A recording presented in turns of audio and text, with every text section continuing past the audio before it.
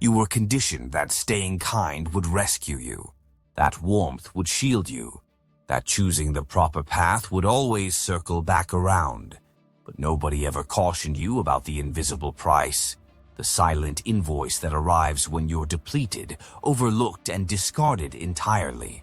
When your giving transforms into allowance, when people demand more because you never speak. No, kind people don't crumble completely at once. They erode, gradually, within silence, until one day you recognize you've been bleeding yourself for everyone else's ease and naming it virtue. Pause.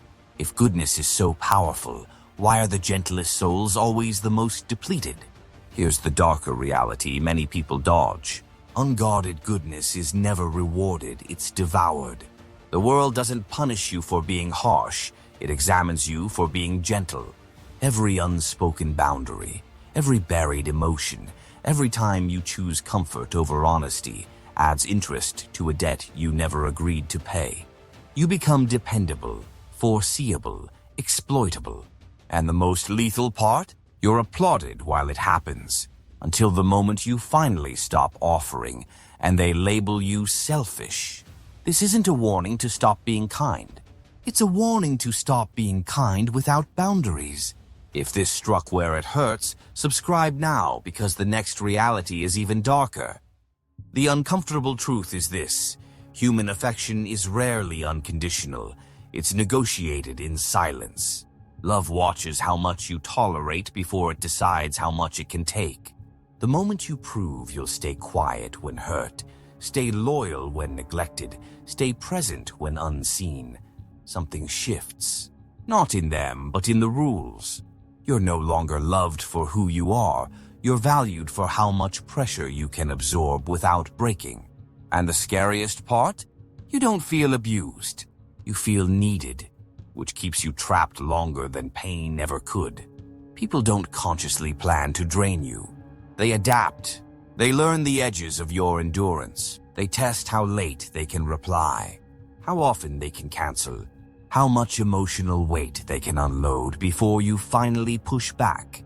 And when you don't, the behavior locks in. The mind loves efficiency. If hurting you has no consequence, it becomes habit. Not because they're evil, but because psychology rewards what works. This is how neglect becomes normalized while still being called love. There's a reason distance suddenly appears when you ask for clarity, or when you stop over-explaining, or when you hesitate before giving again. It's not coincidence, it's withdrawal. You're disrupting the balance. You're no longer easy to predict.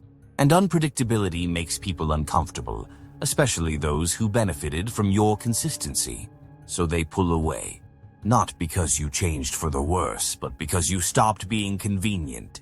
And convenience, to many, feels indistinguishable from love. Dark psychology reveals something even heavier. The more self-aware you become, the lonelier relationships can feel. Because once you see the pattern, you can't unsee it. You notice who only reaches out when they need something, who listens just enough to keep you attached, who praises your kindness but never protects it. And suddenly the connection feels hollow, not dramatic, just empty. Like a room that still has furniture but no warmth. Love bombing and emotional scarcity often exist in the same person. Intense affection followed by distance isn't confusion, it's control without intention. Your nervous system stays alert, waiting for the next high. You replay moments, searching for what you did wrong, while the other person holds all the leverage without realizing it. This push-pull dynamic doesn't need malice to function.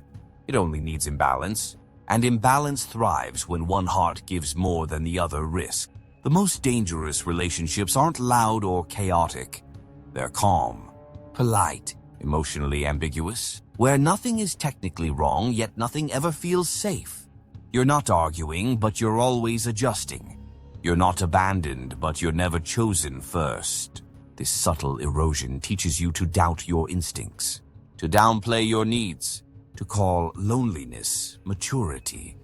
And slowly you start shrinking yourself to fit into a space that was never designed to hold you fully. And here's where it gets darker. Once you outgrow this pattern, You won't crave the same kind of love anymore. The chaos won't excite you.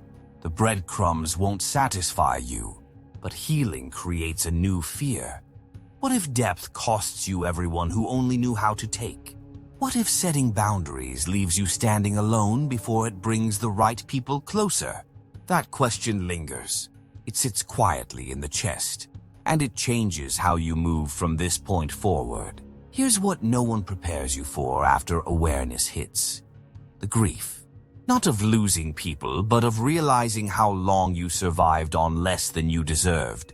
You mourn the version of yourself who kept explaining, kept forgiving, kept hoping effort would turn into equity. That grief doesn't scream. It whispers at night. It asks why love always felt like work, why peace felt unfamiliar, and why being chosen consistently felt like asking for too much when it was never supposed to be rare. Power dynamics in love are subtle, almost elegant. Whoever needs less controls more. Whoever can walk away first holds the leverage. And when you're emotionally invested, you don't notice how often you bend until your spine forgets its original shape. You call it compromise. You call it patience. But deep down, your body keeps score. Tension in the chest, restlessness in silence, that quiet knowing that something is off, even when everything looks fine on the surface. Some people are drawn to your empathy not because they value it, but because it compensates for what they lack. Your understanding fills their emotional gaps. Your forgiveness erases their accountability. Your presence soothes their emptiness. And the moment you stop providing that emotional labor for free, the connection weakens. Not because the bond was fake, but because it was one-sided. You weren't partners. You were a resource. And resources are only appreciated when they're running out. This is why walking away feels heavier than staying. Staying requires endurance. Leaving requires identity death. You have to let go of who you were trying to be for them. You have to accept that loving harder was never the solution. That timing wasn't the issue. That potential doesn't love you back. And once you accept that, something cracks open. Not relief, not joy, just clarity, sharp, uncomfortable, liberating in a way that still hurts. But don't mistake this stage for bitterness. This isn't about becoming cold. It's about becoming precise. You start noticing energy instead of words. Patterns instead of promises, effort instead of intensity. And slowly your nervous system recalibrates. Chaos stops feeling like chemistry. Silence stops feeling like safety. You begin craving something unfamiliar: consistency without anxiety, affection without performance, love without self-erasure. And once that craving awakens, there's no going back. Because the story doesn't end here. What changes next is subtle but irreversible. You stop chasing emotional closure from people who benefited from your confusion. You realize they were never confused, you were. Confused into waiting. Confused into hoping. Confused into believing that almost love was better than solitude. And once that illusion breaks, their absence loses its power. Not because it doesn't hurt, but because it no longer controls you. The wound is still there, but it stops directing your decisions. You begin to recognize how often love was used as a reward system. Affection given when you behaved. Distance applied when you didn't. This conditioning trains you to self-abandon in exchange for crumbs of connection. Dark psychology calls this intermittent reinforcement. Your nervous system calls it home. And that's the most dangerous part. When dysfunction feels familiar, peace can feel boring. Healing then becomes an act of rebellion against everything you were taught to accept. As you grow, you'll notice a strange reaction from others. Some will respect your boundaries. Others will test them. And a few will disappear entirely. Not because you became unlovable, but because you became unavailable for manipulation. Your calm will feel threatening to those who thrived on your emotional chaos. Your silence will feel louder than your explanations ever did. And in that space, you'll finally see who valued you and who valued access to you. Love, real love, doesn't require you to shrink. It doesn't ask you to stay confused. It doesn't punish honesty or reward self-neglect. Real love is steady, sometimes quiet, sometimes boring to the unhealed, but it never leaves you questioning your worth at 2 a.m. It doesn't make you prove your value through endurance, and once you experience that kind of connection, you realize how dangerous the old patterns truly were.